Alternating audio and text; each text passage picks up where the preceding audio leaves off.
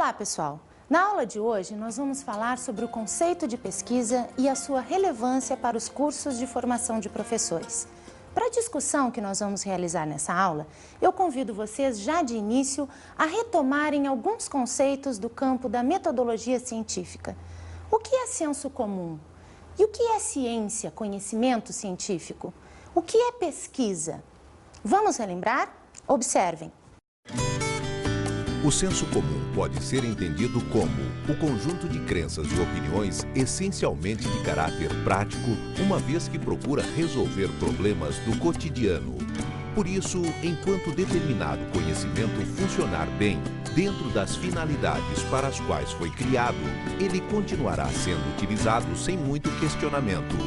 Já o conhecimento científico procura, sistematicamente, criticar uma hipótese mesmo que ela resolva satisfatoriamente os problemas para os quais foi concebida. Isso quer dizer que, em ciência, procuramos aplicar uma hipótese para resolver novos problemas, ampliando seu campo de ação para além dos limites de objetivos práticos e problemas cotidianos. Os conceitos de senso comum e conhecimento científico são apresentados no livro que se chama O Métodos nas Ciências Naturais e Sociais, de Alda Judite Mazzotti Alves. Não se preocupem, porque esses conceitos podem estar parecendo um pouco vagos para vocês agora, mas eles serão discutidos no desenvolvimento dessa aula. Observem agora o que diz o autor Marcos Banho sobre o conceito de pesquisa científica. É a investigação feita com o objetivo expresso de obter conhecimento específico e estruturado sobre um assunto preciso. Bem, para refrescar as ideias, eu vou apresentar nessa aula uma visão panorâmica sobre os significados atribuídos à ação de pesquisar. Vocês sabem me dizer o que é pesquisa? Para que ela serve? Nós fomos às ruas saber das pessoas o que elas pensam sobre isso. Vamos conferir?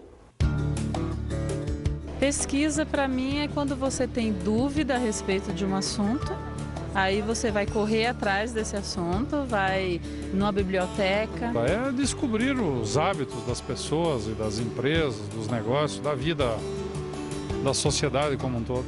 Pesquisa é buscar uma alternativa, né? Um conhecimento, a gente procurar conhecer alguma coisa que não se sabe ainda, não se tem certeza ou se quer provar o contrário, né? É saber a opinião das pessoas, né? Fazer uma análise, né? Para chegar a alguma conclusão, um fato novo, né? A pesquisa serve para você colher informações, para você obter informações da sua fonte, de que você quer pesquisar, para que, baseada nessas informações, você possa tomar a melhor decisão, a decisão mais adequada. Olha, acredito eu que toda pesquisa ela deve trazer soluções práticas para toda a sociedade, né? Acho que é um avanço no conhecimento, né? Toda pesquisa ela é válida, porque a ciência ela não é uma coisa sólida, ela tem verdades que não são absolutas. Então, quanto mais a gente pesquisar, mais perto a gente vai estar dessa verdade absoluta, embora a gente nunca vai conseguir chegar nela totalmente. Serve para tomada de decisões nas empresas, nos governos, né? Identificar uma situação, tomar uma decisão em cima desses dados, dessa quantificação de dados. Como vocês podem perceber, há vários sentidos para o termo pesquisa. A partir dos entendimentos gerais sobre este termo, nós vamos construir nessa aula um conceito que não se pretende único nem mais verdadeiro do que os outros, pois nós entendemos que há diferentes perspectivas a partir das quais se podem realizar as pesquisas. Portanto, na medida em que eu apresentar um conceito aqui nessa aula, eu chamo a participação de vocês para a discussão deste termo, considerando sempre as realidades econômicas, sociais, culturais em que cada um de vocês está inserido. Comecemos então com a ideia de que o conceito de pesquisa está associado ao conceito de investigação. E o que nos leva a investigar? Por que razão pesquisamos? Conhecer alguma coisa sempre exige que a gente faça uma investigação? De acordo com a professora Maria Isabel Buges, da UBRA, existem conhecimentos que nós aprendemos pela simples experiência sensorial. São aquelas aprendizagens que nós fazemos usando os nossos sentidos, de gustação, olfato, tato, visão, audição. Por exemplo, nós conhecemos, nós aprendemos o gosto das coisas, o seu cheiro, a textura dos objetos, as sensações de frio, calor, aconchego, enfim. Também há conhecimentos que nós aprendemos pela transmissão social. São aqueles conhecimentos que nos são passados pelas pessoas da nossa família, pelas pessoas do meio em que nós vivemos. Acontece que, às vezes, nem a experiência sensorial, nem a transmissão social conseguem nos oferecer respostas úteis para as nossas indagações. Mas, geralmente, nós ficamos tão acostumados com as formas como as coisas nos são apresentadas, com os seus nomes, com as suas imagens, que nós esquecemos a possibilidade de pensar sobre essas coisas de outros modos. No entanto, há situações em que as coisas que nós sabemos não são mais suficientes para dar conta de entender o mundo em que nós vivemos e para responder aos desafios que ele nos apresenta. E é neste momento, então, que se faz necessária a ação de pesquisar. Quando nós começamos essa tentativa de questionar as nossas certezas e os nossos conceitos prévios, portanto, os nossos pré-conceitos, neste momento, então, instaura-se a dúvida sobre as coisas em que nós acreditamos, sobre as coisas que nós pensamos e que nós fazemos cotidianamente. E eu chamo a atenção aqui, em especial, para as práticas pedagógicas de todos nós, professoras e professores. É nessa direção que eu quero apresentar um conceito de pesquisa, no sentido de problematizar as ações docentes cotidianas e problematizar as práticas culturais em que os nossos alunos e as suas famílias encontram-se enredados. Saberes sobre o trabalho educativo. No que se refere ao trabalho educativo que nós, professoras e professores, realizamos nas escolas, é certo que já existe uma série de saberes sobre os alunos, a forma como eles aprendem, como eles devem se comportar. E conectado a isso, também existe uma série de saberes sobre como o professor deve conduzir a sua ação pedagógica.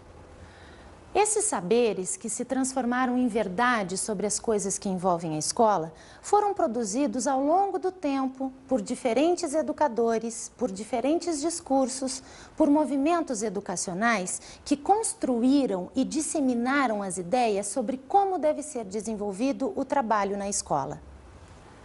Vocês já devem ter estudado em que situações a escola, tal como nós a conhecemos hoje, em que situações ela foi inventada. Mas vamos relembrar um pouco sobre isso? Bem, a estrutura escolar que nós conhecemos hoje advém das ideias de Comênios, conhecido como pai da didática. A pretensão de Comênios foi encontrar modos possíveis de ensinar tudo a todos. Para se atingir esse ideal de ensinar tudo a todos, Comênios previa a separação das crianças por classes de idade e a construção de um currículo unificado. Não é mais ou menos dessa maneira que as nossas escolas de hoje são organizadas? Separação das crianças por classes de idade e construção de um currículo unificado. Essas duas operações resultaram em ações subsequentes que são peças-chave para a configuração das práticas escolares. A partir dessas duas operações, foi possível estabelecer objetivos e estratégias metodológicas. Foi possível também estipular mecanismos de controle e de administração escolar.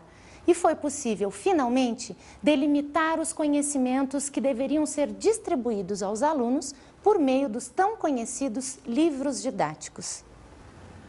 O professor Mariano Narodowski, da Universidade Nacional de Quilmes, na Argentina, fez um estudo sobre o nascimento da pedagogia moderna. Nesse estudo, ele afirma que o que fundou a pedagogia foi o pensamento de Comênios, mais especialmente a obra que se chama Didática Magna, escrita por Comênios em 1631. O professor Mariano Narodowski publicou recentemente no Brasil um livro que se chama Comênios e a Educação. Há um trecho desse livro em que o professor Narodowski faz uma síntese bastante interessante das ideias de Comênios sobre como a escola deve ser organizada. Observem. Um professor para muitos alunos que se acham no mesmo nível de aprendizagem, transmitindo a todos e ao mesmo tempo o mesmo saber, sempre com o mesmo método e necessariamente acompanhado por um mesmo texto.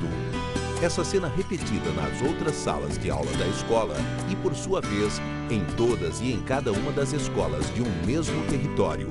Todos ao mesmo tempo, todos tratando dos mesmos temas, do mesmo modo e com os mesmos recursos. Essa é a paisagem pintada pela pedagogia comeniana. Essa é a paisagem pintada pela pedagogia moderna.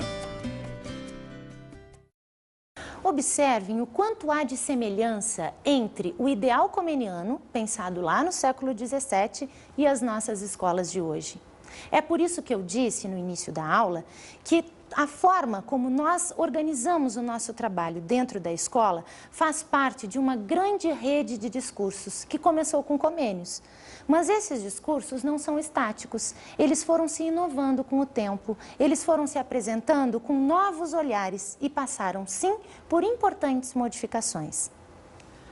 Um bom exemplo das tentativas de transformação das práticas escolares está no conjunto de discursos que faz a crítica às formas tradicionais de ensino, tal como o movimento da Escola Nova, que ocorreu na virada do século XIX para o século XX. Vocês já ouviram falar nesse movimento que se chama de escola novismo? Esse movimento é intitulado Escola Nova, ou Escola Ativa, ou ainda Escola Progressiva, e ele se inspirou nas ideias de Rousseau, Pestalozzi, Froebel, entre outros. A partir das ideias desses filósofos e pedagogos, alguns outros educadores mais conhecidos no campo da pedagogia, que são referência para o campo da pedagogia, constituíram então o movimento da Escola Nova, inicialmente na Europa e nos Estados Unidos. Vocês certamente já ouviram falar sobre esses pioneiros do movimento da Escola Nova, mas vamos ver os que mais se destacaram? Observem.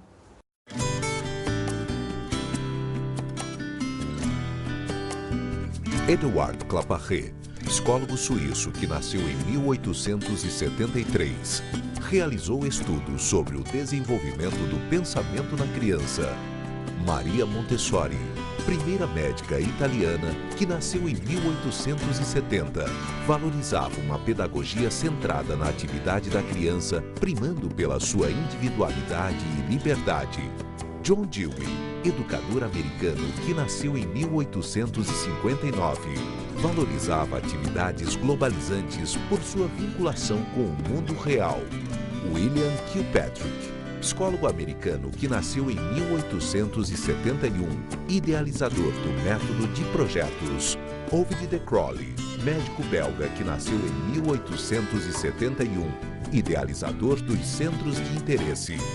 Célestin Freinet, educador francês que nasceu em 1896, idealizador do método de investigação do meio, criou uma série de técnicas educativas como livro da vida, aula-passeio, imprensa escolar, fichário de consulta, correspondência interescolar, autoavaliação. No Brasil, as ideias da Escola Nova foram introduzidas principalmente por Anísio Teixeira, filósofo brasileiro que nasceu em 1900, vasta atuação política relacionada ao campo da educação. Lourenço Filho, educador brasileiro que nasceu em 1897, preocupado com a escola. Independente das particularidades dos estudos de cada um dos pioneiros do movimento da Escola Nova, de forma geral, todos eles se colocaram contra o marasmo da escola tradicional e fizeram uma forte crítica à organização curricular, dizendo que os conteúdos pré-programados eram dissociados da realidade tanto dos alunos quanto dos professores. No interior desse movimento, surgiu uma série de propostas pedagógicas consideradas como inovadoras, sugerindo novos métodos e técnicas de trabalho, nova forma de organização da sala de aula, novas formas de relação professor-aluno, novas atividades, enfim. Nisso tudo, podemos pensar no discurso do construtivismo, por exemplo, que foi bastante disseminado nas escolas. Também podemos pensar nos temas geradores, nas aulas organizadas por centros de interesse, por projetos, enfim. Algumas dessas propostas são bastante conhecidas e, mesmo que aos bocados, elas podem ser percebidas no trabalho educativo de muitos professores. Ainda que as propostas não sejam realizadas pelos professores de forma integral, na sua totalidade, ou seja, seguindo as etapas previstas, ainda assim pode-se perceber nas práticas pedagógicas a presença de elementos advindos dessas propostas consideradas como inovadoras, mesmo que de forma um tanto dispersa. Nesse momento, eu convido quem já é professora ou professor a pensarem sobre as suas próprias práticas pedagógicas. Que métodos de ensino vocês utilizam? Como é que vocês organizam o espaço da sala de aula? E o tempo que vocês têm com cada turma? Como é que o tempo é organizado? Como é que vocês pensam e fazem o planejamento? Como é que vocês avaliam os alunos de vocês? E os objetivos educacionais, por quem e como eles são definidos? De que forma vocês selecionam os conteúdos que devem ser trabalhados com os alunos? A minha intenção em perguntar tudo isso para vocês é fazer com que a gente perceba que o nosso trabalho, que o trabalho de cada um de nós dentro da escola, ele é influenciado por alguns discursos sobre a educação que circulam há bastante tempo no campo da pedagogia. Ou seja, as coisas que nós sabemos sobre a escola e sobre a ação docente fazem parte de uma grande rede discursiva que nos ensinou e continua nos ensinando como devemos realizar o nosso trabalho. Os discursos sobre a educação. Todos esses discursos sobre a educação e a escola, dizendo como ela é e como ela deveria ser, delimitam o campo de atuação de professores e alunos, que passam a interiorizar certos códigos, normas, certas regras que conduzem a nossa maneira de pensar, de sentir e efetivamente de viver a escola. Esses códigos informam aos professores e aos alunos quais são os jeitos certos de lidar com as mais diversas situações do cotidiano escolar. Como eu falei antes, é claro que todos esses discursos foram se reinventando e que as práticas escolares tradicionais foram alvo de inúmeras críticas e passaram por importantes transformações. No entanto, apesar de todas as mudanças que a escola tem passado, não é muito difícil de perceber que a gente continua com uma organização do espaço e do tempo intensamente disciplinar. Continua-se a falar numa ideia genérica de aluno, como se todos os alunos fossem iguais, como se todos os alunos aprendessem da mesma maneira, independente do meio social onde eles foram criados e dos lugares onde eles vivem. Além disso, continua-se a reproduzir certos rituais pedagógicos que parecem não corresponder tanto às lógicas da sociedade atual, mesmo que esses rituais se apresentem sob novas configurações. Mas que rituais são esses? Por exemplo, a fila que os alunos têm que formar a cada entrada e saída da sala de aula. A organização da sala, de modo que os alunos fiquem dispostos um atrás do outro. A cópia mecânica que os alunos têm que fazer das coisas que são passadas no quadro negro. A repetição dos exercícios. Enfim, a transmissão pura e simples do conhecimento. Continua-se a falar, então, em certos traços escolares que foram produzidos para formar um determinado tipo de sujeito inserido num determinado tipo de sociedade. Mas vocês já pararam para pensar nas nossas sociedades atuais?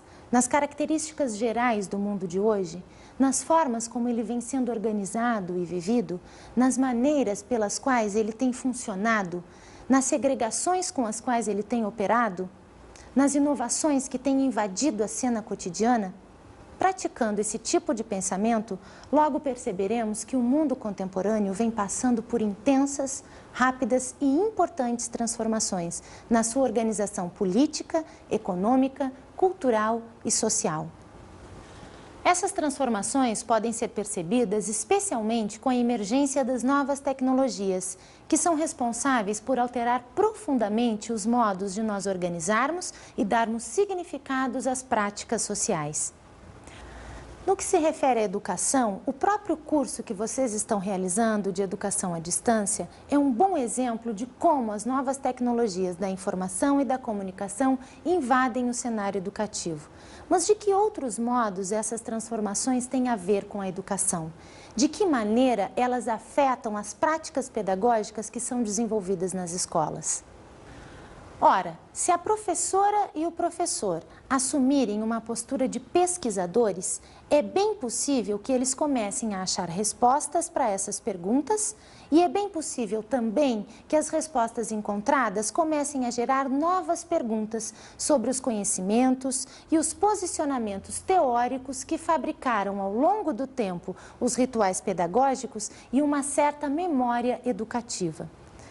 Essa memória educativa pode, por um lado, seguir sendo refeita nas mais diversas práticas escolares, ou ela também pode, por outro lado, ser questionada através da pesquisa por diretores, professores e alunos, no sentido de atualizar e renovar os saberes e as verdades que passam a ser entendidos, então, como provisórias e como parciais. Ampliação das funções docentes. Diante das novas realidades, podemos nos perguntar quais são as funções que as professoras e os professores devem desempenhar. Para que é que serve o nosso trabalho? Logo perceberemos que numa sociedade caracterizada como digital, o papel das professoras e dos professores se amplia ao invés de se empalidecer. E a pesquisa tem a ver com essa ampliação das funções docentes. Mas por quê? Acompanhem o meu raciocínio. As práticas educativas tradicionais eram, e em alguns casos ainda são realizadas, supondo-se que os professores detêm todas as informações sobre os conteúdos e os saberes escolares. Nesse sentido tradicional, o papel do professor é tão somente o de transmitir as informações para os alunos, o de passar os saberes e os conteúdos para eles. Os alunos, por sua vez, devem receber passivamente os ensinamentos, sem questioná-los, até porque esse sentido tradicional parte da ideia de que é somente na escola que as informações estão organizadamente à disposição dos alunos. Esse tipo de prática educativa tradicional serviu por um bom tempo para um determinado tipo de sociedade conhecida como disciplinar. Mas vocês percebem que parece estar havendo, nos tempos de hoje, um descompasso entre a escola e as formas de organização da sociedade atual? Por que será? Bem, há várias respostas para essa questão, mas tratando-se especificamente dos conteúdos escolares, não é nada difícil de a gente perceber o quanto eles estão dispersos e disponíveis às pessoas em muitos e diferentes lugares, para além dos muros da escola, em jornais, revistas, programas de televisão, de rádio, especialmente na internet, em locais de entretenimento, enfim. Por isso, alguns discursos dizem que, nos dias de hoje, ao invés de tão somente passar os conteúdos aos alunos, a função das professoras e dos professores é principalmente a de considerar as informações que os alunos trazem para a escola, problematizando-as e promovendo uma filtragem dessas informações, junto com os alunos. Este trabalho oferece a possibilidade de os alunos resolverem os seus problemas, aprendendo a se situarem diante das informações e desfazendo-se de um duplo preconceito. Por um lado, o preconceito de que o aluno pode aprender tudo por si mesmo. Por outro lado, o preconceito de que o aluno é um ser receptivo frente à informação que é apresentada pelo professor. Acabar com esse duplo preconceito permite a professores e alunos perceberem que a educação é um ato comunicativo e que não está restrita à escola. Assim, os alunos descobrem que não podem esperar passivamente que o professor tenha todas as respostas e que possa oferecer todas as soluções. Mas dizer que o professor deve assumir uma postura diferenciada diante da turma e do currículo a ser ensinado não significa que o seu papel seja diminuído. Muito pelo contrário, desloca-se a ênfase das funções docentes, mas essas continuam sendo essenciais. Portanto, ao invés de apagar-se, a função docente se amplia ainda mais, considerando o professor não como aquele que detém a informação, mas como aquele que possibilita aos alunos buscarem diferentes informações, que devem sim ser questionadas, discutidas e contrapostas. Com essa forma de ensino, a professora e o professor estarão automaticamente possibilitando diferentes leituras de mundo, confrontando diferentes olhares sobre a realidade e mostrando aos alunos que as verdades sobre algo podem mudar. Elas podem ser diversas e às vezes até opostas, dependendo dos locais onde essas verdades são buscadas, das pessoas que as pronunciam, dos discursos que as fundamentam e principalmente das áreas de conhecimento que as criaram.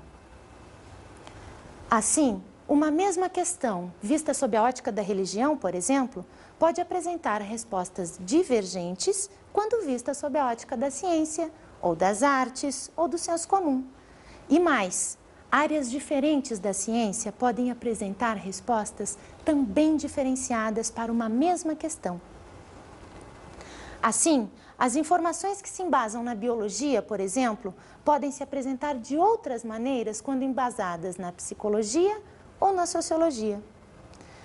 O papel da professora e do professor no momento de problematizarem as informações não é negar as verdades que os alunos encontrarem, em detrimento de uma considerada mais legítima, mas é sim fazer com que eles entendam que as verdades foram inventadas em algum período histórico em conexão com aspectos econômicos, políticos, sociais, enfim, em conexão com a cultura geral de uma determinada época.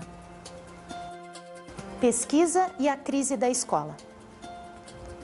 Bem, apesar de todos esses discursos que advogam em favor dessa ampliação das funções docentes, não há nenhuma novidade em se afirmar que a instituição escolar está em crise.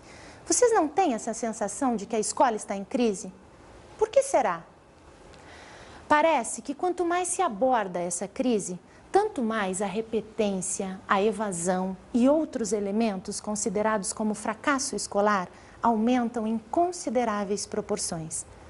Dependendo da vertente paradigmática em que certos discursos estão apoiados, as causas atribuídas ao chamado caos educacional vão desde supostas incapacidades intelectuais dos alunos até problemas sociais mais amplos. Entretanto, o enfoque nos problemas educacionais e em todas as suas possíveis causas e soluções não dá conta de entender os sistemas de raciocínio que organizam as práticas educativas. É nesse sentido que a pesquisa é útil e necessária aos professores, para que possa questionar e tentar entender as formas pelas quais as práticas educativas são organizadas e funcionam. Para conhecer as práticas culturais em que a escola está imersa. É para isso que a pesquisa serve. Conhecer as práticas culturais em que a escola está imersa com os seus professores, com os seus alunos, com as famílias dos seus alunos. Quando uma professora ou um professor pesquisa a sua realidade, no sentido de estranhar o que sempre lhe foi tão familiar, abre-se a possibilidade de modificar um pouquinho que seja a repetição da sua prática pedagógica. E mais, se a pesquisa for feita a partir de uma insatisfação com o que já se sabe, com o que já se disse, ela faz funcionar outros modos de pensar, outros modos de estudar, de escrever, de aprender, de ensinar, enfim, outros modos de ser professora e outros modos de ser professor.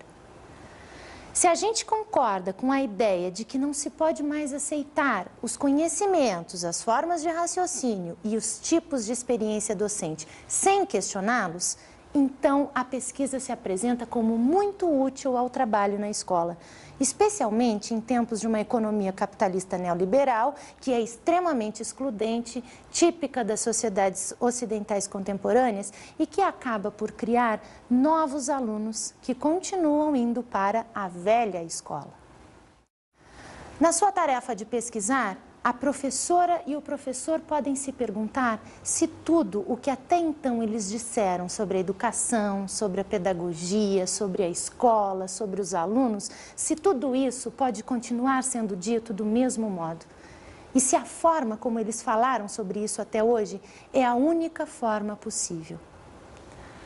É por isso que a pesquisa faz com que a professora e o professor deem novos sentidos ao que já estava significado. O que é ensinar? Como dar uma aula? Como organizar um currículo? Como planejar? Como avaliar? Que métodos usar? Quem é e como se constitui o meu aluno? Já existem respostas a essas perguntas, mas a professora e o professor que se dedicam a pesquisar tais questões buscam outras verdades sobre elas. Não uma verdade absoluta, mas verdades sempre parciais e provisórias e que correspondam aos novos modos de vida contemporânea. Pessoal, o desafio está lançado. A partir do que foi discutido na aula de hoje, eu convido vocês a pensarem na possibilidade de pesquisarem o seu cotidiano profissional. Considerando as realidades de cada um de vocês, será que é possível encontrarem outras verdades sobre o que já está definido como certo na sua profissão? Por hoje é isso, um abraço meu para vocês e até mais!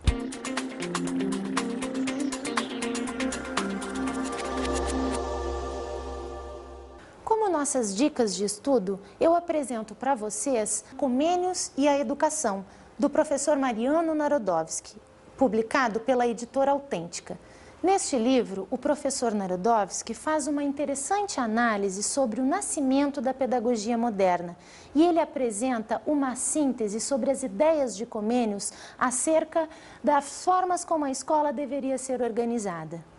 Quem quiser ir direto na fonte de Comênios, pode revisitar a obra Didática Magna, que foi escrita por Comênios em 1631. No Brasil, essa obra está publicada pela editora Martins Fontes. Pessoal, essas são as nossas dicas de leitura. Aproveitem bem e bons estudos!